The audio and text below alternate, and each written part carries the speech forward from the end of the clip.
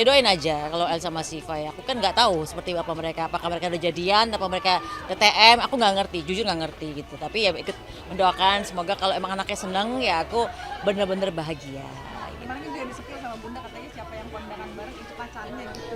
Itu ya namanya juga aku tuh iseng, itu demi Allah aku iseng. Itu kayak kondangan di bawah ada orang ya kan jadi ya kalau aku bilang pacarnya itu aku iseng nyeletuk aja namanya aku juga ceplos-ceplos ya gitu. Jadi aku nggak tahu apakah mereka pacaran atau enggak sama sekali belum tahu sampai hari ini karena aku belum ketemu El gitu. Tapi katanya ada yang bilang yang emang Bunda sebenarnya Pak comblangnya juga lewat Tisa gitu. Loh iya kalau itu kan sempet waktu itu kan saya dengar si El juga aku dengar dari siapa itu ada si Siva tuh lagi putus tuh. Itu Tisa tuh kenalin dong gitu loh. Kok kenalin deketin dong gitu kan mereka kan sebenarnya udah kenal gitu. Si kalian udah main bareng tuh deketin tuh cepetan comblangin gitu cuman iseng gitu doang nyelotok gitu doang gitu. Tapi sejauh ini Bunda kenal Siva mungkin bagaimana Bu sampai akhirnya pengen coba kenalin nih sama gue gitu ya. Siva sosok gimana sih? Aku sih baru pertama kali cuman sekali ketemu ya jadi ya mungkin karena memang waktu itu lagi di launchingnya Rosa dokumenternya bersama Mas Irwan kebetulan Mas Irwan bikin filmnya Rosa jadi memang ya namanya juga pertama kali kenal ya pasti ya masa cemberut tuh nggak mungkin ya first impressionnya sih baik humble gitu sih. Berbalas makanan juga Bun. Iya, sering dikirimin sebelum itu akhirnya, waduh ini harus balas nih ya kan. Karena kan aku sebenarnya jujur nggak terbiasa aku kirim-kirim makanan ya. Tapi karena udah 2 kali dikirimin makanan mau nggak mau aku harus balas ya kan.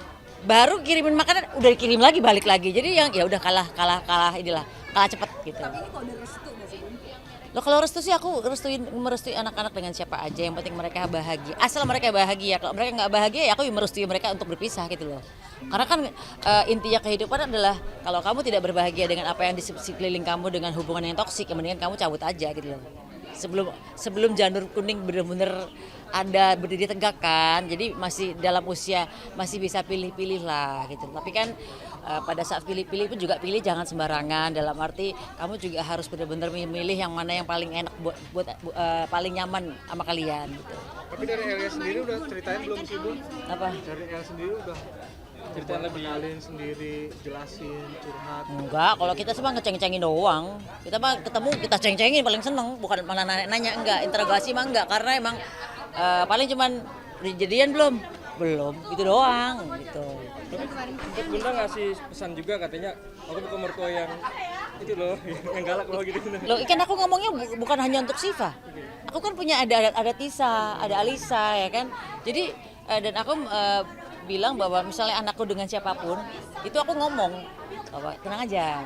Pokoknya Maya Estianty adalah mertua yang sangat enak kok. Tapi emang tipikal Bunda begitu ke nanti calon-calonnya kan? Lebih ke tegas apa gimana sih? Tegas atau memang? Enggak, aku memberikan sebuah kebebasan untuk mereka karena mereka kan sudah bukan anak kecil ya. Mereka sudah 25 tahun ke atas gitu kan. Kecuali dulu doang ya. 25 tahun tuh udah nggak bisa kita atur sebagai anak ya kan karena mereka sudah punya dunianya dan mereka sudah mandiri sudah bekerja jadi kita sebagai orang tua hanya bisa memberikan pengarahan dalam arti pengarahannya bukan maksa tapi memberikan sebuah gambaran bahwa kehidupan tuh begini loh gitu jadi kalau misalnya aku ngatur anak-anak nggak mungkin. Tapi kemarin El nyusul Siva ke Bali itu maksudnya izin atau cerita ke bundanya gitu? Enggak lah, ya cuma mau ke Bali bilang gitu aja udah. Aku kan nggak kepo dan nggak mau tahu detail. Kamu ngapain aja nak kan nggak mungkin. Aku bukan ibu yang mau tahu detail. Gak usah anak suami aja aku nggak mau tahu kan gitu. Ibaratnya nggak mau tahu detail gitu loh. Bukan aku nggak maksudnya aku benar-benar yang aku menghargai privacy. Apakah itu suami, apakah itu anak, karena aku juga mau dihargai privasiku. Jadi aku benar-benar aku memperlakukan mereka karena seperti mereka memperlakukan aku. Gitu. Ada kriteria? Pasti dong, ya kan. Kalau harapan yang belum ada dari seorang Maya Estianty apa ya cucu. Makanya tadi kayaknya mulai pusing dengan orang manggil bunda. Kayaknya sekarang udah banyak bunda. Udah ganti aja namanya gue Oda ya, Oma Bunda ya. Soalnya udah banyak banget yang manggil bunda, gue bingung sekarang. Kalau zaman dulu kan paling gue cuma Bunda Yvette, Bunda Dorce sama bunda gue gitu kan. Sekarang udah banyak bunda, jadi gue pengen ganti jadi Oda aja deh, Oma Bunda. Ada kriteria khusus nggak sih untuk menantu di mata Bunda harus seperti apa gitu? Enggak, terserah mereka.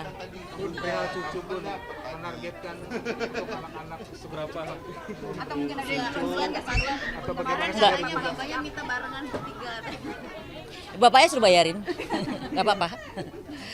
Kalau bertiga rasanya kan aneh ya, karena kan itu ada 3 keluarga yang nggak bisa digabung jadi satu gitu kan ya. Tapi kalau mau bertiga ya silakan aja. Walaupun secara mitos ya kan, aku pernah mengalami gitu loh, bahwa aku menikah bersama kakakku barengan tahunnya bercerai dua-duanya. Jadi ya ada traumatik di situ. Tapi kalau mereka mau menikah barengan ya kenapa tidak gitu kan.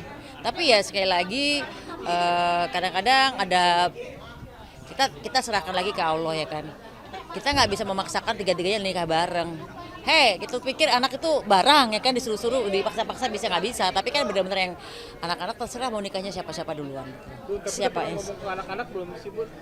Ayo nikah, pengen punya cucu nih, gitu-gitu. Oh enggak. Aku enggak pengen, ayo nikah pengen cuma punya cucu. Enggak. Karena buat aku pernikahan itu adalah waktunya Allah, bukan waktu aku.